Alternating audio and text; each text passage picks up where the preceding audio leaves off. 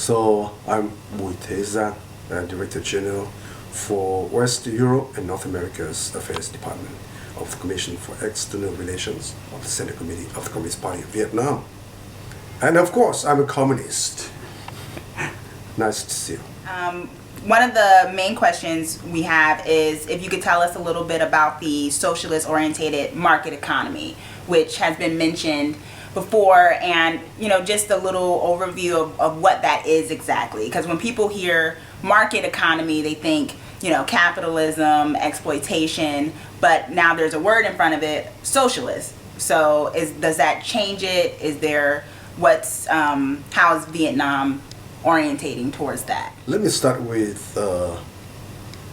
30 years ago, that point of time, when we launched what we call comprehensive renewal, starting with a focus on economic renewal. What does it mean to us? Before the launch of renewal in 1986, 30 years ago, the country was in extremely bad shape. Why? Because imagine the country went out of many wars, successive wars. The French War, which lasted from 1858 to 1954. 94. So 94 years under the French domination, and including a part of our struggle against the French, ending with Dien Bien Phu battle. Then, what you call Vietnam War, we call American War in Vietnam, which ended in 1975. So 94 years under the French domination, and including a part of our struggle against the French, ending with Dien Bien Phu battle. Then, what you call Vietnam War, we call American War in Vietnam, which ended in 1975. A fortnight before we liberated Saigon, then now Ho Chi Minh City, the Khmer Rouge in Cambodia started to launch aggressive border war against us already. They said the 6 provinces in the Mekong Delta of Vietnam used to be part of Cambodia, and they launched the war to recover the land occupied by us. That's what they say. And therefore, actually, the southwestern border war with the Khmer Rouge started before the right end of the American War in Vietnam. And it lasted until 78, late 78, early 1979, when the patriotic forces of Cambodia, led by who is now Prime Minister Hun Sen, and honorary president of the Cambodian National Assembly, Heng Samrin, leading the patriotic forces, fighting and overthrowing, together with us, the Khmer Rouge. And you might also recall that in February 1979, the Chinese started their border war against us after Deng Xiaoping declared in your country, during his visit to your country, to teach Vietnam a lesson. So, all in all, 4 successive wars for the last more than 100 years. So the country was totally devastated, in total ruins, I would say. That, by total destruction, I mean not only economically, but socially, the all social infrastructure were destroyed. And there was almost no hamlet, no village in Vietnam, no city in Vietnam without a bomb, without a mine. And therefore, the country was in extremely bad shape. And because of so many years in war, the international relations of the country then were very limited. Because with the end of the war, with the Chinese fighting us, with the Khmer Rouge fighting us, with ASEAN hostile against Vietnam, because ASEAN then was pro-American and Vietnam was kind of, anti-American mood. The Western world, the US imposed embargo against Vietnam since 1964, and that embargo was only lifted in early 1994. And so internationally speaking, Vietnam was very much isolated. The Soviet Union and the Eastern Bloc were on the start of their crisis. The crisis. Remember, 1986 was only 5 years before the collapse of the Soviet Union. 1986, when we launched renewal. So internationally, we were isolated. Domestically, we were destroyed. The country was in bad shape, and, by the way, a hungry belly has no ears. So policies by the government, by the party, were not listened to by the population. In 1986, the year when we launched renewal, the poverty rate of Vietnam was 73%. 73%. And our population then was only more than 40 million. But 6 of them were suffering from famine already. The inflation rate was 774.47%. We name inflation rate as horse racing rate. So, all in all, the country was in comprehensive crisis and collapse. And the Congress, the National Congress, the sixth one, decided to launch renewal of the country, of the whole system. But first of all, economic renewal. Economically, we mean to allow gradually for the private sector, first domestic, and increasingly afterwards foreign private sector, to get involved in economic restoration and development of the country. Because before renewal, we were so wishful in our thinking and in our policy making that we considered Vietnam then was already a socialist country. No private sector was allowed in whatever form, in whatever activity of the country, of the economy. And that caused a lot of problem. And just imagine the country in such bad shape.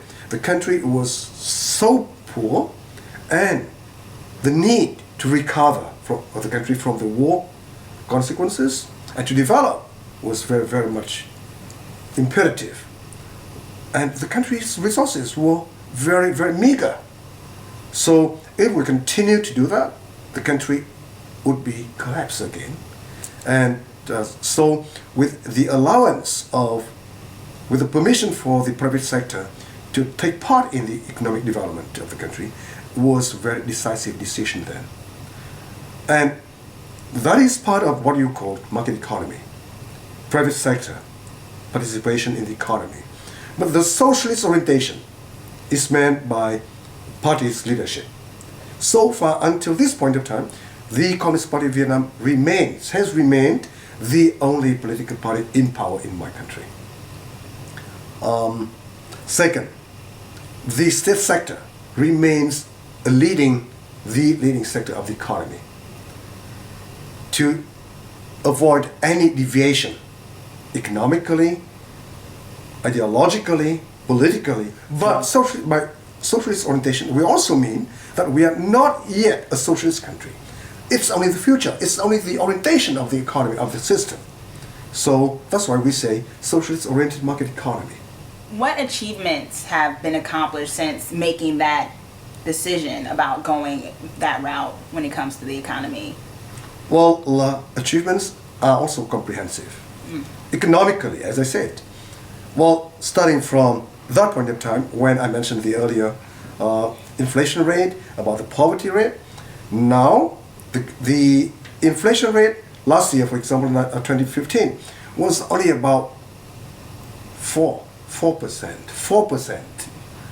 About the poverty rate from 73% within a mere period of 30 years. Because 30 years is nothing in history, right? But within that period of time, we have reduced the poverty rate from 73% down to about 6%. This is extremely important when you take into account several facts. One of them is the size of population has increased more than doubled since that time. Because as I said earlier, in the mid 80s, the country was about 40 million strong population. Now it's more than 90. We have given a lot of land to housing, to accommodate the housing needs of that doubled population. We need to give land to infrastructures. Roads are many more and much larger each today. Infrastructure, industrial parks, export processing zones, and so on and so forth. So the size of arable land has been reduced quite considerably. The quality of the soil has also reduced. Because in order to feed the population, we increased from 1 crop a year on a piece of land to 2 and now even 3 crops a year, using a lot of chemical fertilizers. And turnover of the crops and the use of chemical fertilizers have reduced the quality of soil. And yet, we have moved from a net importer of food, about 1 million ton a year, to now, for the last, I believe, nearly 10 years, we have remained the world's leading exporter in terms of rice, second largest exporter of rice, second or third exporter and producers of coffee, cashew nut, rubber, black pepper, all those agro-based products. Economic renewal, economic orientation of the economy along that line has brought about considerable progress and development economically. Politically, well, I believe Vietnam today is among the largest attractions for foreign investors. Why? First of all, we have remained very stable politically. While in other countries, coup d'etat, political chaoses, a lot. If you take into account, for example, terrorism, we don't have suffered that from terrorism in my country. And therefore, politically, it's good. Policies, we've been consistent in our policy, both foreign policy, political policy, and economic policy. And therefore, environment is quite attractive, conducive for investors. And I believe these are among the most important achievements. I mentioned earlier Vietnam being isolated in the international community at the time when we launched Renewal. Today, we have diplomatic relations with 185 countries in the world. For the first time in our history, we are now having normal diplomatic relations with all 5 permanent members of the Security Council of the United Nations. And to make it clearer, among the 5 permanent members of the Security Council of the United Nations, we are having strategic partnership with 4 and comprehensive partnership with 1. That shows how we have been becoming a kind of a friend, a reliable partner of the international community. At the same time, experiences in our process of renewal has been shared with many countries, developing countries particularly, those countries in Africa, those countries in Latin America, and certain countries in South Asia, for example, that they have come to us for experiences, and we are more than happy to share with them. Have there been challenges that are still being dealt with, and what are those challenges exactly? We don't call it challenges. Okay. We will call them, in a more serious manner, dangers. Dangers. Okay. The first danger is the danger of being farther lagging behind other countries. Because we understand that this age is that of information, technology, particularly high technologies.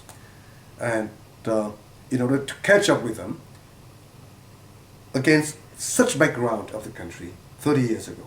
We need to move faster. Otherwise, we'll be farther behind other countries.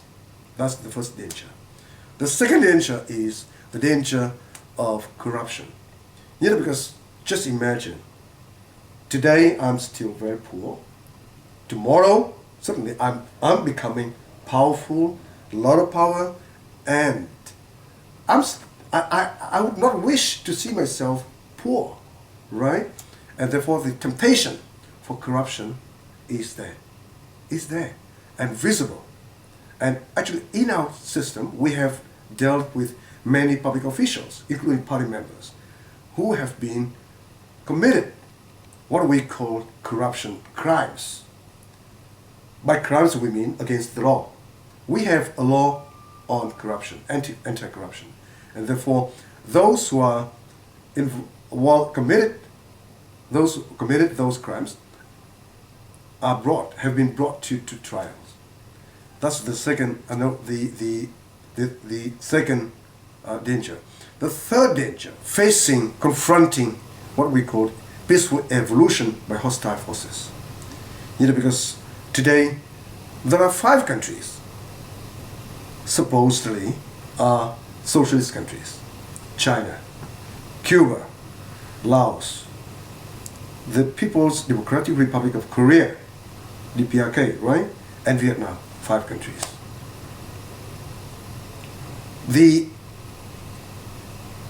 socialist system as a world political system is no longer existent after the collapse of the Soviet Union and Eastern Bloc.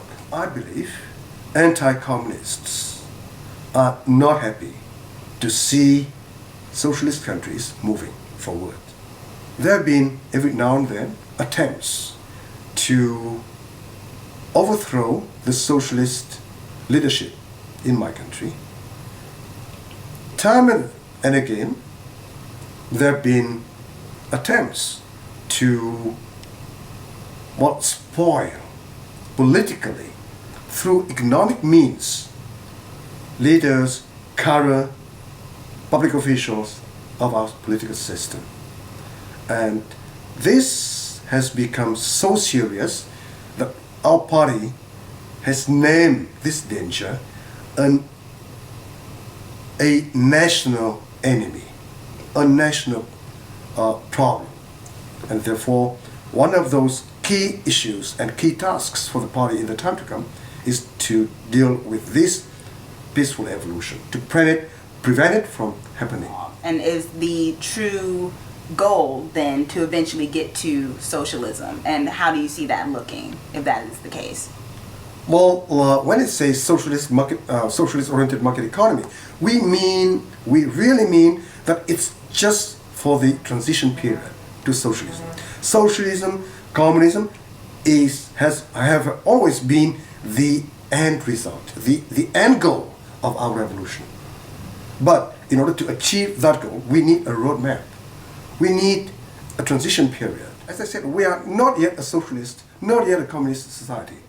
We have to live together to accept the coexistence of non-socialist sectors in the economy and in the society. The point is, we have to maintain the leadership of the Communist Party to ensure the orientation, to ensure the direction towards socialism and communism. So what's the involvement of the people, the citizens in this process of moving towards this future? And also, is there a special role of the Communist Party of Vietnam in this? Well, let me start with the first half of your question about the people's involvement. I remember once hosting a group of White House fellows from your country. And the first question came from a lady, and she was quite blunt, asking me, "Mr. Director General, when do you expect that the Communist Party will be no longer in power?" My answer was, it's up to our population. It's up to the people.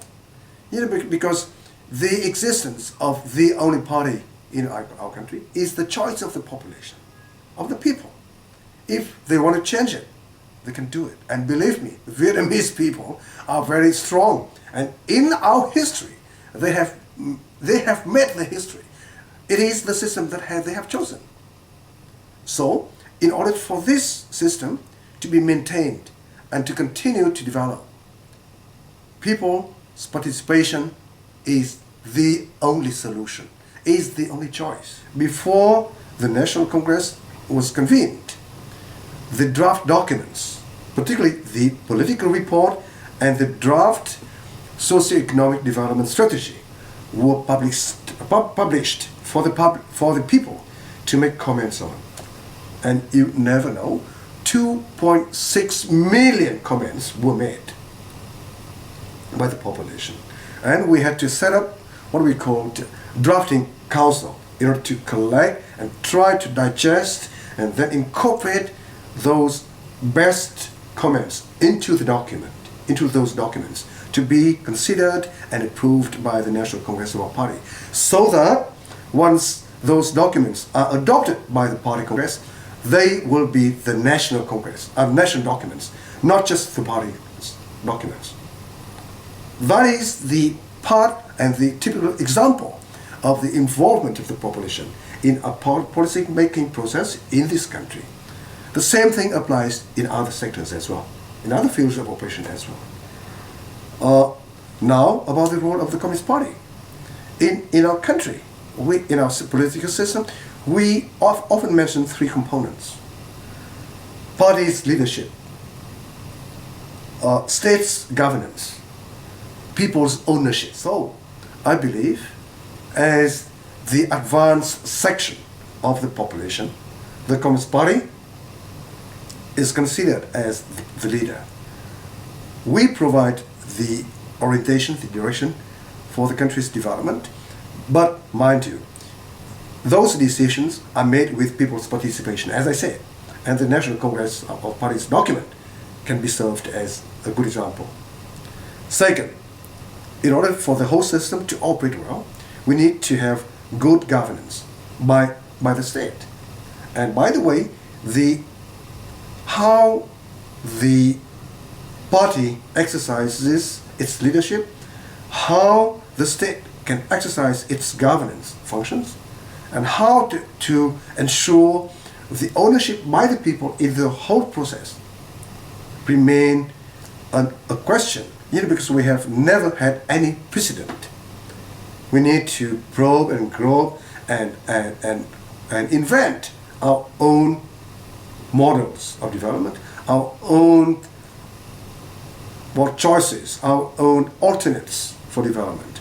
And over time, we have to look back, to review, and to learn from experiences, both good and bad, so that we can continue our development as oriented by the Party Congress and as the choice that we have made. That's socialism and communism.